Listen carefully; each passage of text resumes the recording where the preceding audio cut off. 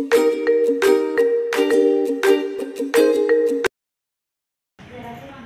Musk या जगप्रसिद्ध तंत्रज्ञानाच्या आयुष्यातील 25 ऑक्टोबर 2017 ची संध्याकाळ वैशिष्ट्यपूर्ण होती, कारण तो जिची मुलाखत घेणार होता ती कोणी व्यक्ती नसून कृत्रिम बुद्धिमत्तेचं चालतं बोलतं रूप असलेली सोफिया नावाची एक रोबोट होती।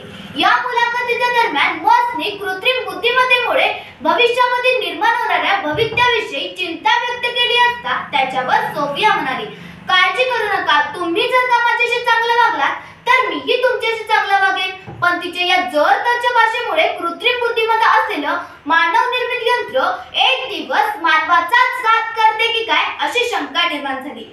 यंत्रशक्ती मानवासारखी पण भावना नसतात त्यांच्यात, यंत्रशक्ती माणसासारखी पण भावना नसतात त्यांच्यात। विचार करा, वापर करा, पण स्वतःची ओळख कधी विसरू नका।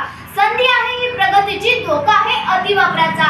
एआयचा साथीदार व्हा, पण स्वतःचा विचार मात्र विसरू नका। स्वतःचा विचार ही ठेवा। आणि म्हणूनच एआय संधी की धोका या विषयावर मी माझे आज मत मांडणार आहे।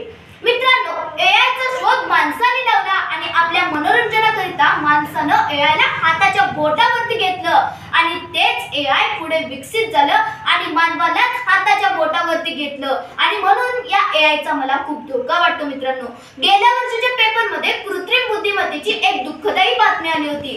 ती बातमी अशी होती की एक जोडपं होतं आणि एक त्यांना छोटंसं बाळ होतं आणि त्या दोघांनाही ऑफिसला कामाला जायचं असल्यामुळे त्यांनी त्याचा बाळाचा सांभाळ करण्यासाठी एका रोबोला ठेवलं होतं। आणि मित्रांनो, त्या रोबोला अशी सूचना दिली होती की तू बाळाची संपूर्ण काळजी घ्यायची आणि जर का कोणी बाळाला त्रास दिला तर त्याला शिक्षा करायची। आणि ते रोजच्या प्रमाणे सगळे ऑफिसला जायचे आणि हा रोबो त्या बाळाची काळजी घ्यायचा। एक दिवस त्या बाळाच्या आई वडिलांना दोघांनाही सुट्टी होती, ते दोघेही घरात होते आणि तेव्हा त्या बाळाची आई त्या बाळाला दूध भरवत होती, तेव्हा त्या बाळाच्या नकळतपणे ते दूध सांडलं आणि तेव्हा त्या बाळाच्या आईचा राग हा अनावर होऊन त्या आईने त्या बाळाला एक पाठीत मारलं।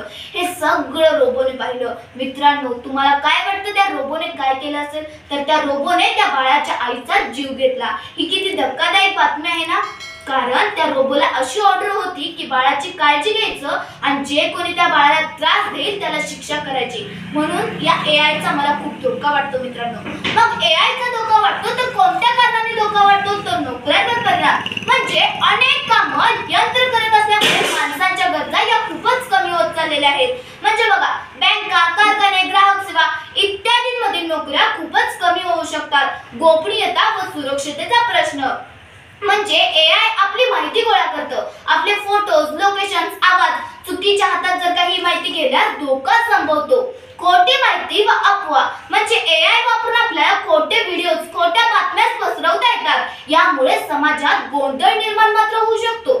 मानवी विचारशक्ती खूपच कमी होणे, जर का आपण प्रत्येक गोष्टीसाठी, प्रत्येक कारणासाठी एआय वर अवलंबून राहिलो तर आपली स्वतःची विचारशक्ती खूपच कमी होऊन जाईल। नैतिकता व जबाबदारी, एआय निर्णय घेतं पण त्यामागे नैतिक विचार हा नसतोच। म्हणजे बघा, उदाहरणार्थ गुन्हेगाराला शिक्षा द्यायची असेल तर ती मानवानेच ठरवावी। कोणती शिक्षा द्यायची, काय द्यायची आणि कशी द्यायची हे मानवानेच ठरवायला हवे। एआय ने कसे ठरवून चालेल? इत्यादी सगळ्या कारणांसाठी मला हा एआय खूप धोकादायक वाटतो। पण प्रत्येक नाण्याला जसं दोन बाजू असतात तसं एआय ला सुद्धा दोन बाजू आहेत। एक म्हणजे धोका आणि दुसरी म्हणजे संधी। मित्रांनो, गोष्ट आहे एलेक्स आणि कॉर्नेलची।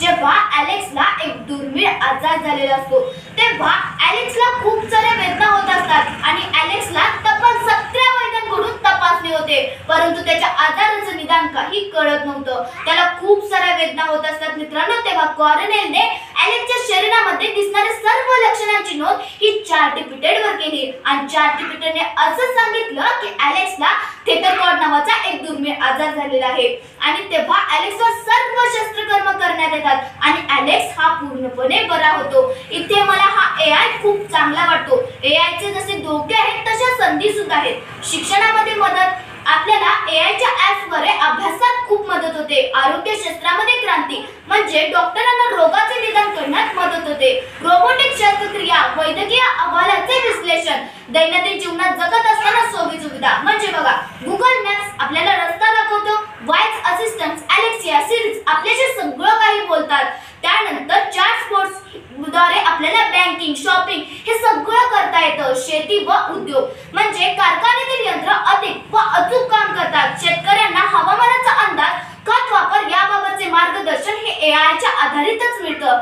सर्जनशीलता म्हणजे AI चित्र काढतं, कविता लिहितं, संगीत तयार करतं, कलाकारांना नवनवीन कल्पना सुचवतं. म्हणून आजच्या दैनंदिन जीवनात जगत असताना इत्यादी या सगळ्या AI च्या संधी आहेत. AI संधी आहे, पण धोका मात्र ठरू शकते.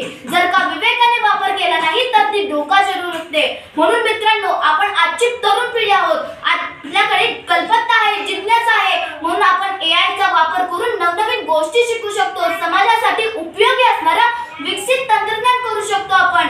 पण हे सगळं करताना आपली माणुसकी, आपली नैतिकता, आपली विचारशक्ती आणि आपली जबाबदारी ही आपण जपायलाच हवी. शेवटी एवढंच म्हणेन, संधी की धोका, प्रश्न मोठा खरा, निर्णय आपल्या वापरावर अवलंबून राहावा.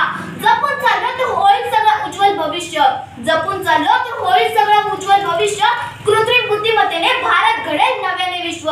कृत्रिम बुद्धिमत्तेने भारत घडेल नव्याने विश्व. धन्यवाद.